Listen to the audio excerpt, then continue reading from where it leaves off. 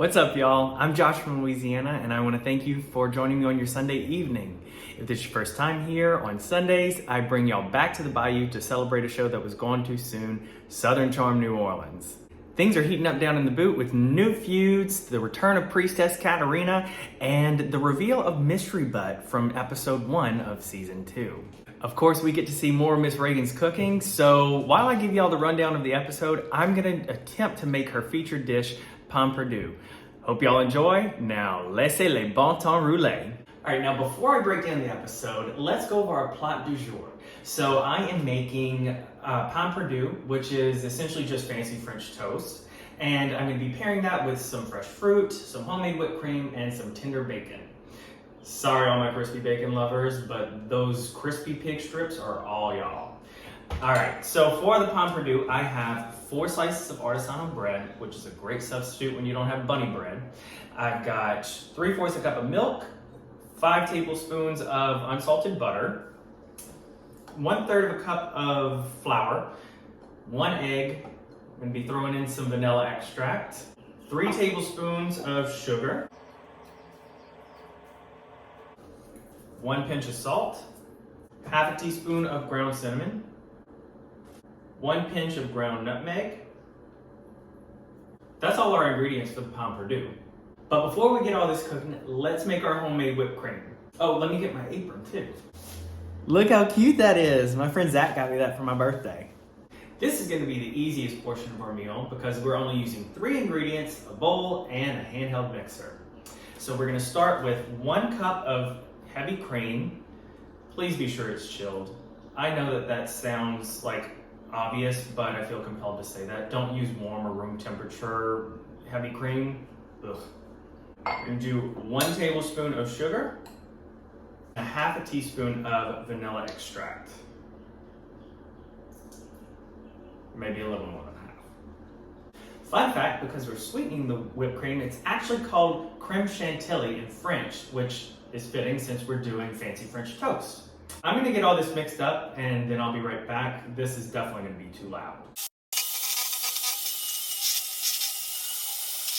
Look how delicious that looks. See how it's forming those little peaks? All right, let's put this in the refrigerator. All right, so let's break down the episode while I make my bacon.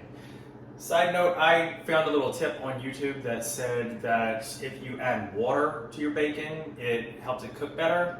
I've never tried it before, and it better not ruin my cast iron. But let's go. All right, so for the episode, first we have the return of my favorite little New Orleans icon, Priestess Catherina. And you know what? I just gotta love Reagan for the fact that she has a voodoo priestess on call. I don't have this heat up high enough.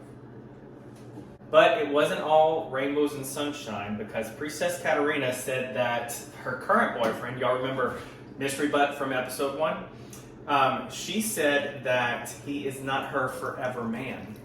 God, if only I had Priestess Catherina for my last boyfriend.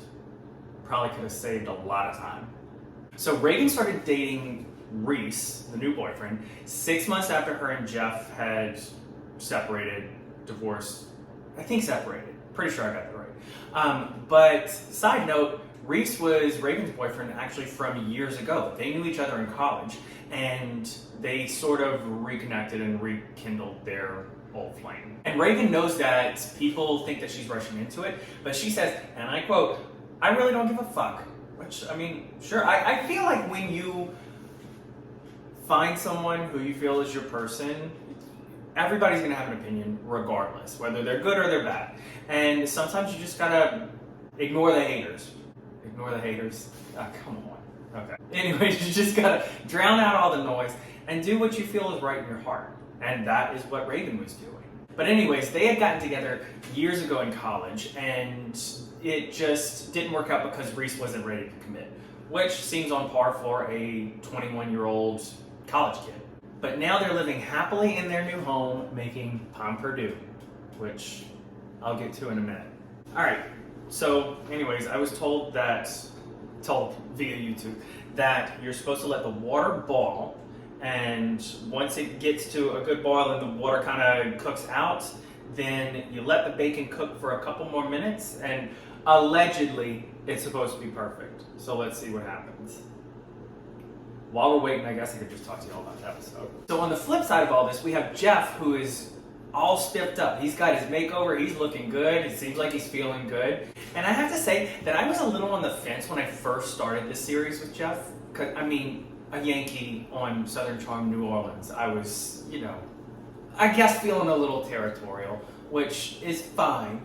But Jeff is just such a sweet guy and seems like such a gentle giant, and really seems like the type of person that just wants the best for everybody. But anyways, he's got his new makeover, he's living his best life, and he's really trying to make this new relationship, this new normal with Reagan work. And he wants to be there for her and support her in any way that he can with her store opening, and even if that means meeting her new man, which we all know has got to be incredibly awkward.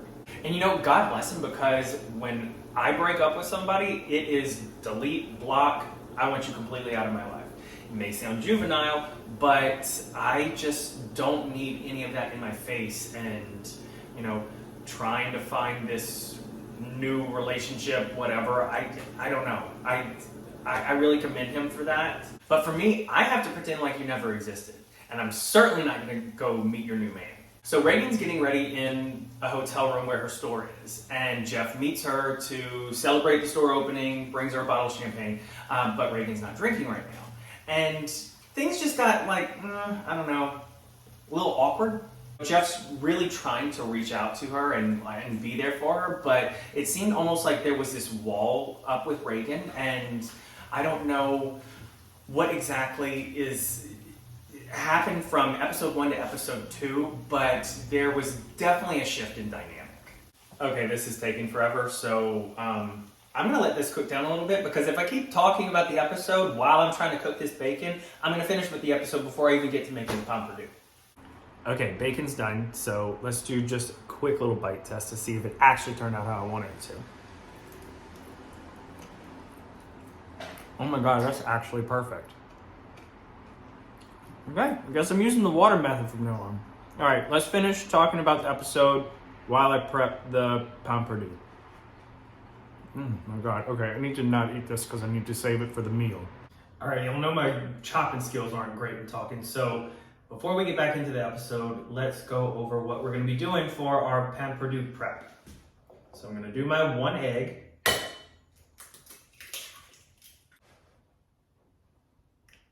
I am not great at cracking eggs either. Oh my god. All right, I'm going to whisk this a little bit. And I'm going to add my sugar, paprika, and cinnamon. I've never made this before, and I'm not entirely sure that, I'm following a recipe, so surely it's gotta be right. It's just looking a little thick right now. Ain't no telling what's gonna happen when I add that flour. Then I'm gonna add my butter. This is just 3 tablespoons. Yeah, 3 tablespoons. 3 tablespoons. Then I'm adding my flour a little at a time until like a paste, or it turns into a paste. Oh yeah, that's a paste. This seems like an awful lot of flour though. This better be right, because if I just did this for nothing, I'm gonna be pissed. Okay, it said a smooth, thick paste. That looks like a smooth, thick paste. Then I'm slowly going to mix in my milk and vanilla. Okay, this is looking legit. This seems correct. Well, you can't really see it. It's watery, and I'm pretty sure that the bread is going to be able to soak this up real good. All right, now I'm going to heat the rest of my butter in medium-high heat. Got my batter ready, got my 4 slices of not bunny bread, and just going to let this butter melt down. So we get to the opening of Reagan's store, which I'm obsessed with, by the way, and I really want to go to next time I'm home. Well, I'll be home next month for my niece's wedding, so think I might be trying to pay a visit. But anyways, so she really pulled out all the stops. I mean, it looked like an event that anybody would want to go to. She even had a second line. And you know what? I thought it was hilarious when the producer asked Tamika, why do y'all have second lines? And Tamika's response was, What do you mean, why do we have second lines? Why don't y'all have second lines? We have second lines for everything. Funerals, weddings, at the mall, you name it. And that's true. We really do. Any excuse we can find to have a second line, we're going to take it. You know, maybe one day I'll get married, find a man, and have a second line of my own. But I digress. Anyways, it was a great party, but of course you know that there's always going to be drama. First, we have Reese going straight into the lion's den. And I gotta be honest, I don't really have a read on Reese yet, so I don't know really how I feel. You've got Barry, who says that he has no interest in getting to know him, and he's always Team Jeff, but he'll be cordial. And then you have Tamika, and Tamika gets upset because Kelsey was introduced to Reese before her. But at this point, really, any excuse that Tamika can find against Kelsey, she's gonna take it. She's just not a fan. Kelsey did something that got on her bad side, and I just don't think there's any hope for Kelsey getting on her good side. Trying to let this batter soak into the bread. Said no more than 30 seconds on each side, so I'm gonna say that feels right. You have to let the excess batter drip off. Stick it in our skillet.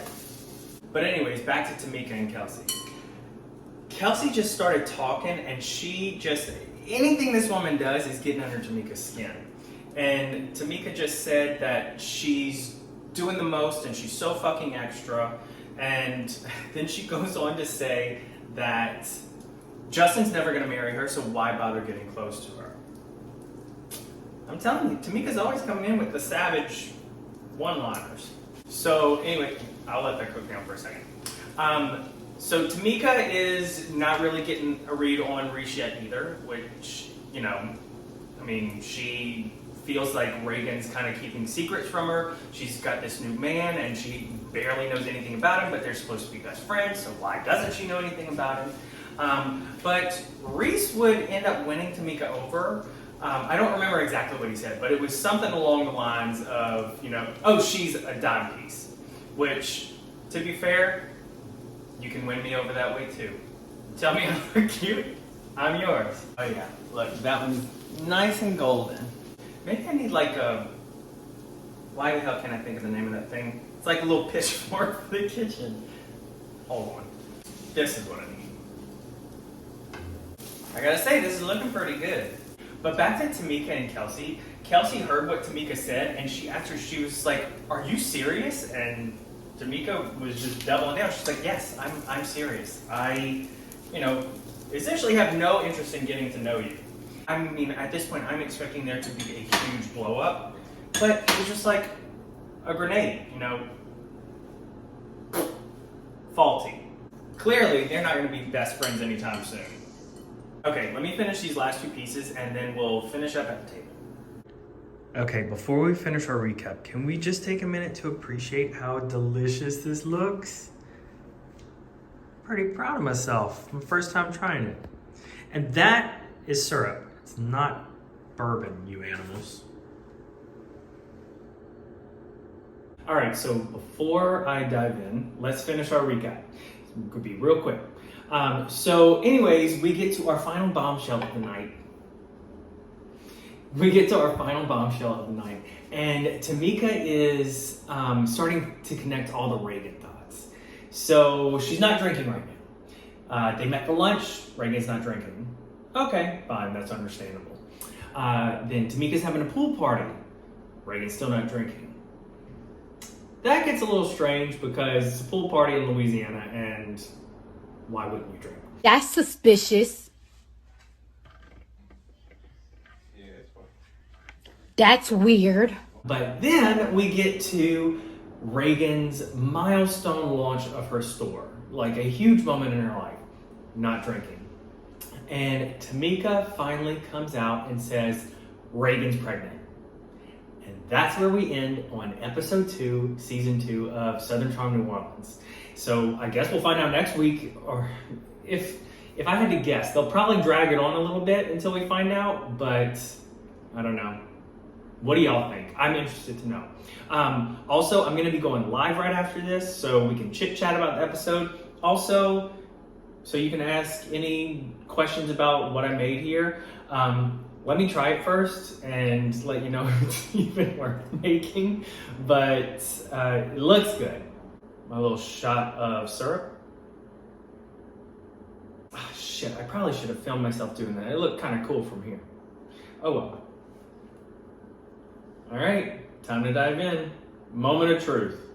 Well, there goes my whipped cream.